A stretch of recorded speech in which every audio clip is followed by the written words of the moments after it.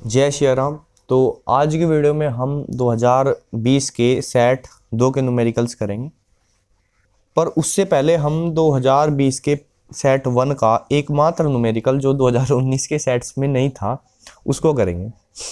यह किसी सूक्ष्मदर्शी की में 2 सेंटीमीटर फोकस दूरी का अभिदर्शक लेंस तथा 6.25 सेंटीमीटर फोकस दूरी का नेत्रिका लेंस एक दूसरे से 15 सेंटीमीटर की दूरी पर लगे हैं। किसी वस्तु को अभिदर्शक से कितनी दूरी पर रखा जाए कि अंतिम प्रतिबिंब स्पष्ट दृष्टि की न्यूनतम दूरी 25 सेंटीमीटर पर बने, इसका लिए आवर्धन क्षमता भी ज्ञात कीजिए। तो जो 2020 का सेट 1 है, इसको मैंने पूरे के सारे क्वेश्चन का आंसर लिख के कम्युनिटी पोस्ट में डाला था, तभी हमने ये क्वेश्चन भी किया था।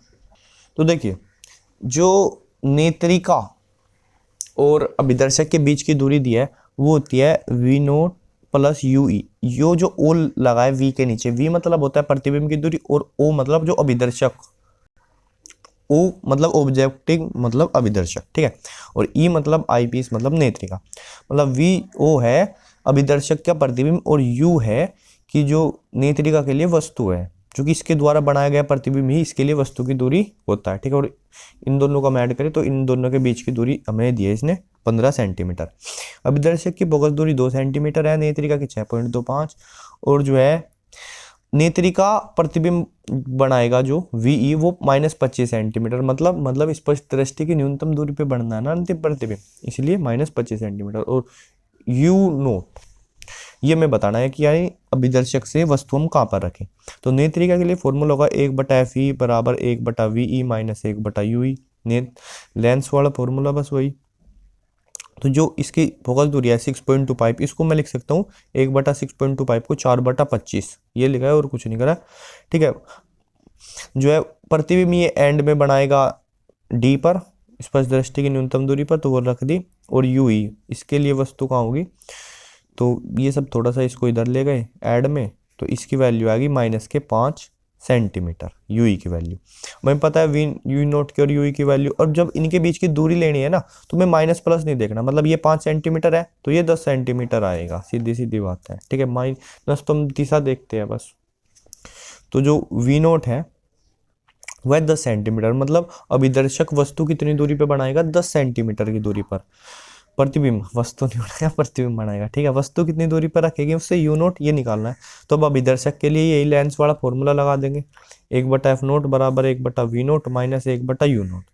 इसकी फोकस दूरी थी 2 सेंटीमीटर, प्रतिबिंब ये बनाएगा 10 सेंटीमीटर की दूरी पर, यू नोट हमें निकालना था क्वेश्चन में। तो इसको इधर ले गए, थोड़ा बहुत सोल्व किया, तो इसकी वैल्यू आ गई 2.5 सेंटीमीटर, ठीक है। माइनस का तो आएगी, अभिदर्शक से इधर ही तो लेफ्ट साइड में वस्तु रखेंगे, तो माइनस के 2.5 सेंटीमीटर ये आ गई वस्तु की दूरी। अब इस क्वेश्चन में हमें और निकालना है इसकी लेंस की आवर्धन क्षमता। तो आवर्धन क्षमता का फॉर्मूला होता है ये m बराबर -V naught upon you note 1 + D upon FE। तो ये वैल्यू रख दी इन दोनों की, यू नोट की 10 आ गई थी, इसकी -2.5 और 1 प्लस इसकी -25, इसकी जो है 6.25 थी इसकी फोकस दूरी, वो सब रखी। और जो है इससे ये करेंगे तो 4 आ जाएगा, 4 1 5, 2.5 से 5 को काटेंगे तो 2 और 10 दूनी 20 आ गई इसकी आवर्धन क्षमता। एक खास चीज जो मैं बताना भूल गया कि इसमें जो फॉर्मूले में ये फॉर्मूला जब डिराइव करते हैं तो चिन्ह हम उसमें फॉर्मूले को डिराइव करने में चीजों चिन्ह लिख लेते हैं, ठीक है। तो जब अब हम वैल्यूज लिखते हैं तो वैल्यूज लिखते टाइम हम जो है उनकी वैल्यू लिखते हैं बिना चिन्ह के, ठीक है। जैसे इसकी 25 लिख दी, इसकी जो भी है, मतलब चिन्ह नहीं देखना, ठीक है। माइनस एक बार लगा दिया, बाकी इसकी 10 है, इसकी 2.5 है, इसकी 25 है, इसकी 6.5 है, वैल्यू लिख देनी है फिर, ठीक है। चिन्ह एक बार लग चुका है बार माइनस का, दैट्स बात खत्म, क्योंकि अंतिम प्रतिबिंब उल्टा ही बनना है, ठीक है। तो चिन्ह माइनस का ही आना है। तो इस फॉर्मूले में जो वैल्यूज रखेंगे हम वो बिना चिन्ह के लग देंगे। ऋणात्मक चिन्ह दर्शाता है कि अंतिम प्रतिबिंब उल्टा बनता है।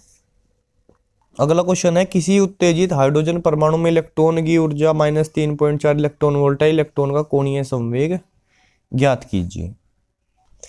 तो देखिए, जो ऊर्जा होती है हाइड्रोजन परमाणु में किसी भी स्तर पे, वो होती है E बराबर -13.6/n² इलेक्ट्रॉन वोल्ट।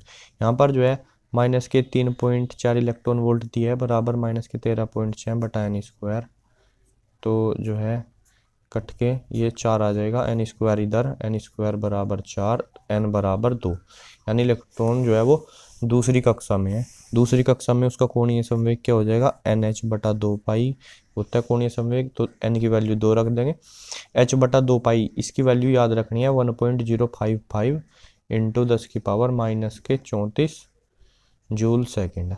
इनकी मल्टीप्लाई कर देंगे, इसकी वैल्यू 2.1 आ जाएगी, गुणा 10 की पावर माइनस के 34 जूल सेकेंड। 1 आएगी सर, 5 दूनी 10। चलो देख लियो, मल्टीप्लाई कर लियो। हाँ 110, तो मतलब वही बात है 1 ये आ गया कोणीय संवेग। दोबारा देख लो, L बराबर NH बटा 2 पाई, ये फॉर्मूला होता है किसी भी इस कक्षा में ऊर्जा का, ठीक है। तो अगला क्वेश्चन है, एक गोलाकार चालक की त्रिज्या 9 सेंटीमीटर है, इसकी धारिता तथा आवेश की गणना कीजिए जिससे इसका विभव 1000 वोल्ट हो जाए। तो धारिता होगी इसकी C बराबर 4 pi epsilon not R। 4 pi epsilon not की वैल्यू हो जाएगी 1/9 गुणा 10 की पावर 9, R है 9 सेंटीमीटर, यानी 9 गुणा 10 की पावर माइनस 2, मीटर में बदलेंगे 9 से 9 कैंसिल हो जाएगा, ये ऊपर चला जाएगा 10 की पावर माइनस के 11 फैराड, ये हो गया। अब Q बराबर होता है आवेश, Q बराबर होता है CV, ठीक है। ये 10 की पावर माइनस 11 फैराड है, ये है 1000 वोल्ट, तो Q हो जाएगा 10 की पावर माइनस के 8 coulomb. Done done done done. अगला क्वेश्चन ये है कि दिखाए गए चित्र में दिखाए गए संधारित्र में संचित ऊर्जा ज्ञात की। जब देखो, जब संधारित्र जो है इन तीनों प्रतिरोध के साथ ये समांतर क्रम में जुड़ा है, इन तीनों को एक मानेंगे उनके साथ समांतर में, ठीक है। मान लो ये एक ही प्रतिरोध है तो उसके साथ समांतर क्रम में है ना, तो जब ये पूरा चार्ज हो जाएगा तो यहाँ से जो है धारा नहीं जाएगी, धारा सारी घूम के इनमें से जाएगी, ठीक है। क्योंकि विभवांतर जो है, जिस विभवांतर से इसको लगाया है जहाँ से धारा आ रही है और इसके बीच में विभवांतर बराबर हो जाएगा, ठीक है। तो 2 एम्पियर का करंट आ रहा है, ठीक है, और प्रतिरोध कितना हो जाएगा 5 3 8 2 10, तो 10 ओम का प्रतिरोध है, 2 एम्पियर का करंट है, तो विभवांतर क्या हो जाएगा, V बराबर 10 गुणा 2, 10 ओम और 2 एम्पियर यानी 20 वोल्ट का। और संधारित्र में संचित ऊर्जा U बराबर फॉर्मूला होता है 1/2 CV स्क्वायर। तो 1/2 गुणा C की वैल्यू कितनी है, 2 गुणा 10 की पावर माइनस के 6 फैराड, और V स्क्वायर है 20 का स्क्वायर 400, तो 2 से तो 2 कैंसिल हो जाएगा 4 गुणा और 10 की पावर बचेगी माइनस के 4 जूल। अगला क्वेश्चन है, एक समान चुंबकीय क्षेत्र में लंबवत प्रवेश करने वाले अल्फा कण तथा प्रोटॉन के वेगों का अनुपात 1:3 है। अल्फा कण और प्रोटॉन, ठीक है, 1:3 है। क्षेत्र में प्रवेश करने के बाद वे भिन्न वृत्ताकार पथों पर गति करते हैं, उनके परतों की त्रिज्या का अनुपात ज्ञात कीजिए। देखो, चुंबकीय क्षेत्र के लंबवत गति करने घुसने वाले चुंबकीय क्षेत्र में उसकी त्रिज्या होती है R बराबर mv बटा QB। B चुंबकीय क्षेत्र, Q उसका आवेश और M द्रव्यमान, V उसका वेग। तो अल्फा कण की बात करें हम, अगर अल्फा कण की त्रिज्या निकाल ले तो जो है द्रव्यमान इसका हम कह सकते हैं 4 गुना है प्रोटॉन के द्रव्यमान का। प्रोटॉन है ना दूसरा कण, हाँ, लगभग 4 गुना है प्रोटॉन के द्रव्यमान का। वेग प्रोटॉन का 3 गुना है, तो इसके वेग को V अल्फा लिख लेते हैं। आवेश इस पे क्या है, 2 प्रोटॉनों का आवेश होता है इस पे, तो 2e लिख लेते हैं। और B चुंबकीय क्षेत्र वो तो सबके लिए समान है, ठीक है।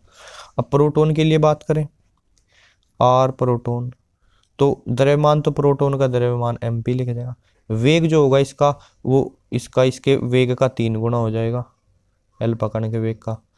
आवेश इस पर एक प्रोटॉन का आवेश इंटू B, ठीक है। तो देखो यहाँ से ये 2 से 4 कट के 2 आ गया, तो R अल्फा की वैल्यू तो आ गई 2 इंटू ये बाकी सब चीज MP V अल्फा ये सब कांस्टेंट है, उसको 2K लिख देते हैं कांस्टेंट।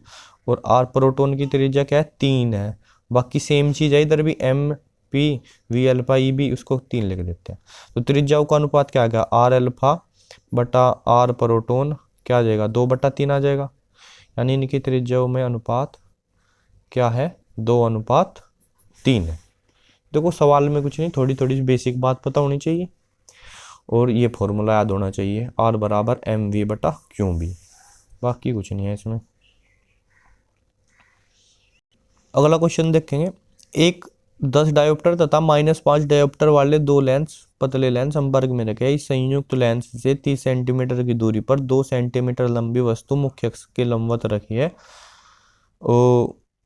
वस्तु के प्रतिबिंब की लंबाई तथा प्रकृति ज्ञात कीजिए। देखो, दो लेंस अगर संयुक्त में रखे हो, कुल क्षमता P बराबर होती है P1 प्लस P2। एक की 10 डायोप्टर है, एक की -5 डायोप्टर, तो कुल बचेगी 5 डायोप्टर। अब फोकस दूरी अगर हम सेंटीमीटर में निकाल ले तो वो होती है 100/P। ठीक है, तो 100/5 डायोप्टर मतलब ये आ जाएगा 20 सेंटीमीटर। ठीक है, प्लस की आई है मतलब उत्तल लेंस हो गया। ठीक है, 20 सेंटीमीटर आगे फोकस दूरी, वस्तु दी है 30 सेंटीमीटर की दूरी पर। प्रतिबिंब निकाल लेंगे, फॉर्मूला लगाएंगे 1/F प्लस 1/U बराबर 1/V। लेंस सूत्र इसमें एक कितनी है 1/20 और माइनस एक, मतलब माइनस रख देंगे ना क्योंकि ये माइनस की वैल्यू है, 1/30 बराबर 1/V। तो 60 एलसीएम आ जाएगा इसका, 3 में 2 1/60 बराबर V। तो V क्या आ गया, V आ गया 60 सेंटीमीटर। अब जो है हमें पता है लेंस के लिए जो आवर्धन होता है वो क्या है, मतलब प्रतिबिंब की ऊंचाई बटे वस्तु की ऊंचाई बराबर होता है प्रतिबिंब की दूरी बटे वस्तु की दूरी, और वैल्यू रखनी है चिन्ह सहित। ठीक है, तो प्रतिबिंब की दूरी हमें निकालनी है, वस्तु की दूरी कितनी दी थी 2 सेंटीमीटर दी थी। ये कितना है, ये 60, और ये दूसरा क्या था, दूसरा था -30। तो इससे कट के 2 आ जाएगा और 2 दूनी 4, यानी प्रतिबिंब की ऊंचाई आ जाएगी -4। आई है प्रतिबिंब की ऊंचाई और O है वस्तु की ऊंचाई। ठीक है, V है प्रतिबिंब की दूरी, U है वस्तु की दूरी। ये फॉर्मूला होता है आवर्धन के लिए, लेंस का आवर्धन। भाई फॉर्मूला तो बेटा पता होना चाहिए, है नहीं, याद होना चाहिए। ओके, और 2 दूनी 4 होता है, पता ही है। अगला देखो, एक ही धातु के 3 तारों की लंबाइयों तथा द्रव्यमानों का अनुपात क्रम से 3:2:1 1:2:3 है। इन तारों के प्रतिरोधों का अनुपात ज्ञात कीजिए। ठीक है जी, करेंगे। यहाँ देखिए, लंबाइयों का अनुपात क्या है, L1 L2 L3 क्या हो गया 3:2:1। ठीक है, L1 को 3L बोल दिया, L2 को 2L बोल दिया, L1 को L ही बोल दिया। अब आयतन का अनुपात 1:2:3। अब मैं आयतन कैसे कह सकता हूँ, उसने तो द्रव्यमान का अनुपात दिया था, भाई उसने कहा था एक ही धातु है, मतलब घनत्व तो सबके बराबर ही है। वही धातु है भाई, लोहा है तो लोहे तो सबके घनत्व बराबर है, तांबा है तांबे में तीनों तारों के घनत्व बराबर होंगे। ठीक है, तो जो द्रव्यमान का अनुपात होगा वही आयतन का अनुपात आ जाएगा। अब देखो, हमें पता है जो आयतन होता है V1 बराबर होता है A1 L1, मतलब पहले वाले का अनुप्रस्थ काट का क्षेत्रफल गुणा उसकी लंबाई, वो हो जाता है आयतन के। ठीक है, तो V1 को हमने जो है V बोल दिया, V2 को 2V, V3 को 3V अनुपात के हिसाब से। तो V1 की जगह V आ गया। A1 हमें निकालना है, L1 की वैल्यू 3L थी, वो रखी, A1 निकाल लिया, V/3L आ गया। ऐसे V2 बराबर A2L2 करके जो है A2 निकाल लिया, वो V/L आ गया। ऐसे ही A3 निकाल लिया, वो 3V/L आ गया। अब पहले का प्रतिरोध होता है रो L1/A1। अब देखो समान पदार्थ समान है, एक ही धातु है, तो रो भी सबके समान होंगे। L1 की वैल्यू लिख ली, L1 की कितनी थी 3L थी, वो लिख ली, और A1 की वैल्यू लिख ली, ये वैल्यू आ गई 9 रो L²/V। दूसरे में भी वही करा, L2 की वैल्यू लिख ली, A2 की वैल्यू लिख ली, यहाँ 2 रो L²/V आ गया। तीसरे में भी यही करा, R3 निकालने के लिए L3 की वैल्यू लिख दी और A3 की वैल्यू। ठीक है, तो देखो ये चीज तो सेम ही है, रो L²/V रो L²/V रो L²/V। तो अनुपात आ जाएगा इनका 9:2:1/3। इसमें 3 से गुणा कर देंगे तो 27:6:1, ये उत्तर आ जाएगा। ठीक है, तो जो है थोड़ा सा अनुपात के साथ खेलना है, और ये फॉर्मूला पता होना चाहिए, रो बराबर R बराबर रो L/A। ठीक है नहीं, और ये भी पता होना चाहिए V बराबर AL, मतलब पता होना चाहिए सवाल में करना क्या है। ठीक है, बाकी तो सब अनुपात ये करके हो जाएगा। अगला क्वेश्चन देखिए, एक विद्युत द्विध्रुव 10 की पावर 5 न्यूटन पर कूलाम के विद्युत क्षेत्र में 30 डिग्री के कोण पर रखा है और उस पर 6 × 10⁻24 न्यूटन मीटर का बल आघूर्ण लगता है। विद्युत द्विध्रुव के आघूर्ण की गणना कीजिए। हमें पता है टो बराबर PE sin थीटा। टो कितना है 6 × 10⁻24, पी निकालना है, ई है 10⁵ साइन 30 डिग्री का मान हो जाएगा 1/2, तो 2 की गुणा 10 से भाग, तो 12 गुणा माइनस में जाएगा 10⁻⁻29 बराबर है पी। मात्रक क्या होता है पी का, क्या मात्रक होता है बोल, अरे बोल जल्दी बताना, बता बता, कूलाम मीटर। ठीक है, ऐसे भी लिख सकते हैं 1.2 गुणा 10⁻⁻28।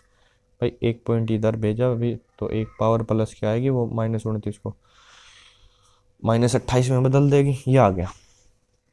ओके, अब ये आखिरी वाला जो न्यूमेरिकल क्वेश्चन बचे है कि पहले में कुंडली में इतने फेरे, दूसरे में इतने फेरे, ये वोल्ट, ये ज्ञात कीजिए। तो हमने 2019 के सेट में कर लिया है ये क्वेश्चन। ये रहा 2019 का जो सेट 2 है, उसमें जो है ये क्वेश्चन है 2019 सेट 2। ठीक है, और 4 का क्या है, जब हमने इसके न्यूमेरिकल्स करे थे तो सेम क्वेश्चन हमने कर लिया है। तो एक क्वेश्चन को बार बार काहे करें, वो जाके सेट भी कर लो, पहले 2019 के करो, फिर 2020 के करो, सब क्वेश्चन हो जाएंगे। तो करते रहिए, पढ़ते रहिए और बोलते रहिए जय सिया राम।